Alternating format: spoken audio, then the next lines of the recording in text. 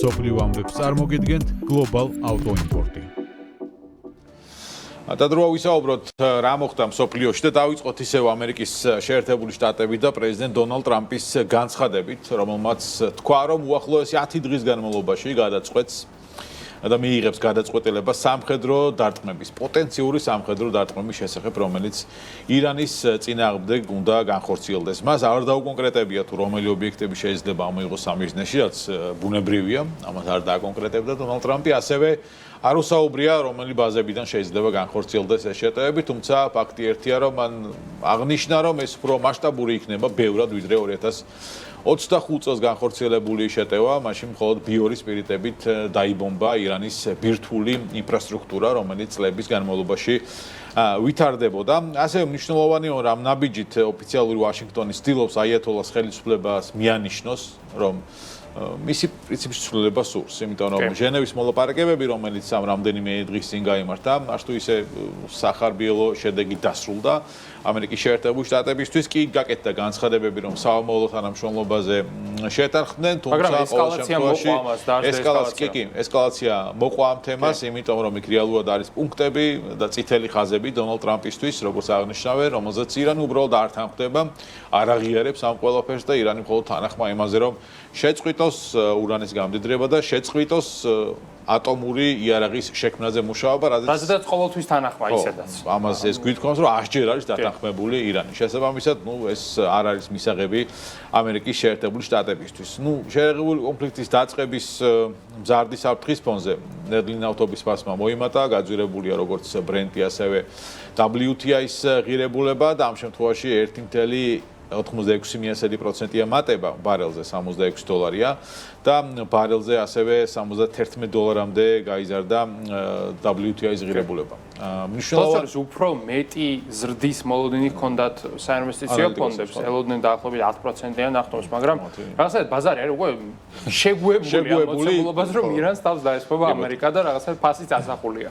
ხო, ცხადია, ეს მხოლოდ იმით არ არის გამოწვეული, რომ რაღაცა 10 დღის ვადა მისცა ირანს რაღაც სამხედრო ოპერაცია. ირანი მნიშვნელოვანი ჰორმუზის სრუტის მაკონტროლებელია და რეგიონი შეუძლია ნაწილობრივ თან ეს ჰორმუზის სრუტე ჩაკეტილია და მან შეუძლია საერთოდ დაკეტოს ჰორმუზის სრუტე ომის დაწყების პირობებში, რაც მიწოდების ჯაჭვებს აბსოლუტურად ამოაყილავებს. შესაბამისად ეს გამოიწვევს ნავთობის ფასების ზრდას რაღაც შეიძლება 20-30%-ით. მოკლედ მოცემულობა ასეთია. კი, მოკლევადაში. მოცემულობა ასეთია ახლა. ველოდებით 10 დღეს ან შეიძლება 5-7 ეს არავინ არ იცის. 10 დღე მაქსიმუმია რეალურად შეიძლება ხვალ მიიღოს გადაწყვეტილება. განსაკუთრებით ასე გულზე მოხდა ახლა ტარიფების გაუქმება ტრამპს და შეიძლება ამაღამ მიიღოს გადაწყვეტილება. არა მგონი ამაღა ჩავიდა თუ არა ჯერალდ ფორდი ესეც არ ვიცით იქ ავიამზიდი.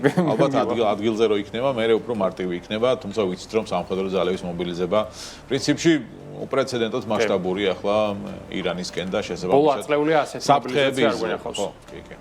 აქვე უნდა ვისაუბროთ ტარიფებზე, რაღაც ასეთი უცნაური მოვლენაა, რომ 24 საათში ტარიფები გააუქმდა ტრამპს და თან ტრამპმა იქამდე შეთანხმება დადო ინდონეზიასთან ტარიფების შემცირებასთან დაკავშირებით.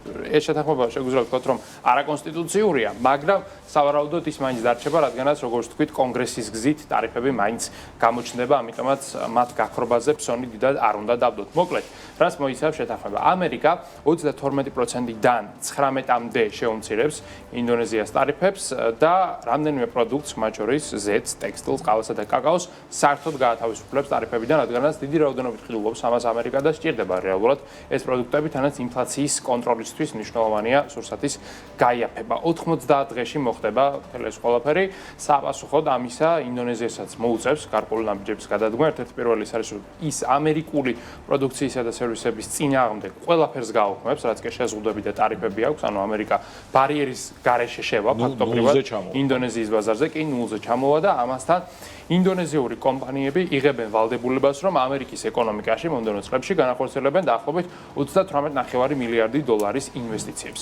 ალბათ ეს შეთანხმება დარჩება, მიუხედავად იმისა, რომ თეორიულად ის არაკონსტიტუციურია, რადგანაც როგორც ვთქვით, მომდევნო დღეებში უკვე კონგრესის გზით ტარიფები დაბრუნდება და კონგრესის გზითვე ეს ტარიფები შემცირდება 19%-მდე, ამიტომაც ალბათ ეს გარიგებაც ისევ ხელუხლებლად დარჩება და ტრამპი მას ერთ-ერთ მის გამარჯვებადაც მიიწევს. ვიღაც გარიგებიდან გამოვიდეს, მაშინ ამ შემთხვევაში ტრამპი შეეცდება რომ პირველი კონგრესის გზით ეს გაიტანოს ეს რა თქმა უნდა და ალბათ შესაბამისად და პირობები შეიძლება ცუდი იყოს აუცილებლად გაუარესდეს რომელიც აქამდე ჰქონდა.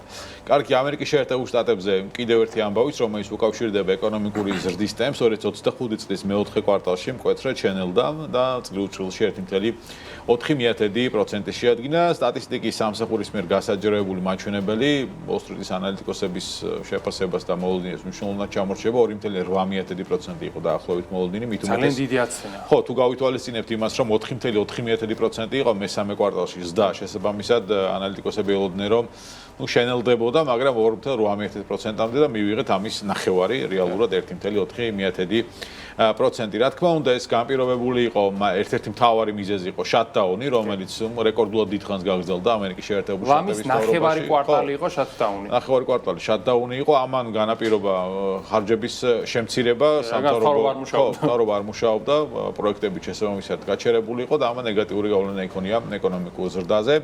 ეს შედეგი დამატებით აძლიერებს იმ არგუმენტს, რომ ფედერალურმა რეზერვმა მონეტარული პოლიტიკა უნდა შეამსუბუქოს, იზამს თუ არა ამას ჯერომ პაუელი კაცმა არ იცის, მისი ვადის გასვლამდე ყოველ შემთხვევაში, როდესაც ახალი ფედერალური რეზერვის ხელმძღვანელი დაინიშნება, ეკონომიკური ზრდის ეს ტემპი შეიძლება ერთ-ერთი არგუმენტი იყოს იმისა, რომ განაკვეთი შემცირებისკენ წავიდეს. კი და ერთ-ერთი არგუმენტი ასევე შეიძლება იყოს სავაჭრო დეფიციტი, რომელიც რეალურად გაღრმავდა, რაც არ უნდა უცნაური იყოს, ვინაიდან ტარიფების დაწესების მთელი არსი იყო, რომ ამერიკას უნდა შეემცირებინა ის სავაჭრო დეფიციტი, რომელსაც აგროვებდა წლების განმავლობაში, მაგრამ რეალურად სტატისტიკაში საერთოდ სხვა რაღაც ვიხილეთ, კერძოდ 2025 წელს, ანუ გასული წლის განმავლობაში, ჯამურად დეფიციტმა შეადგინა 1.2 ტრილიონი დოლარი. გაზრდილია ეს მაჩვენებელი, ახალ რეკორდულ ნიშნულამდე სხვა შორის 1.2 ქონდა პროფიციტი. ამერიკას აქვს 1.2 რაღაც არსებობს რიცხვები აი ესე დაემთხვა მაგიურად.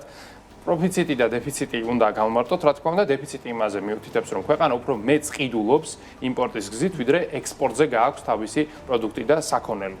ჩინეთის შემთხვევაში პირიქით არის, ჩინეთს მეტი გააქვს, ვიდრე ყიდულობს და ის პროფიციტიდან წამოსული თანხა მიდის ქვეყნის ბიუჯეტში სხვადასხვა მიმართულებით, ზოგი კომპანიების მოგებაში გადადის და ინვესტორებზე ნაწილდება, ზოგიც მიდის ბიუჯეტში და სხვადასხვა პროექტებში ინვესტირდება. მოკლედ, მოცემულობა ასეთია, დეფიციტი ღრმავდება და ამას გამარტებაც მოუძებნეს ძალიან მარტივად ეკონომისტებმა, მათი შეფასებით სატარიფო პოლიტიკა რეალურად ვერ ცვლის ამ ბალანსს, სატარიფო პოლიტიკა უბრალოდ აწვება მომხმარებელს, რომელიც საკუთარი ჯიბიდან აფინანსებს ტარიფებს და ამისი ყველაზე კარგი დასტური სწორედ ეს სტატისტიკაა. თუ კი ტარიფები იმუშავებდა, მაშინ აქ 1.2-ის ნაცვლად ალბათ 1 უნდა დაწერილიყო, მაგრამ დაეწერა 1.2 და აქ ძალიან რთულია ამ არგუმენტის გამართება. ბოლოს ერთი ისეთი შემაჯამებლად კარგი ამბავი, რომელიც ეხება ინდოეთს და ინდოეთში რუსეთის ნავთობის წილს 2022 წლის ოქტომბრის შემდეგ ყველაზე დაბალ ნიშნულამდე დაეცა ინდოეთში იმპორტირებული რუსული ნავთობის წილი. არსებული ინფორმაციით ისიც არის, რაც ინდოეთი ამერიკის შეერთებულ შტატებს შორის სავაჭრო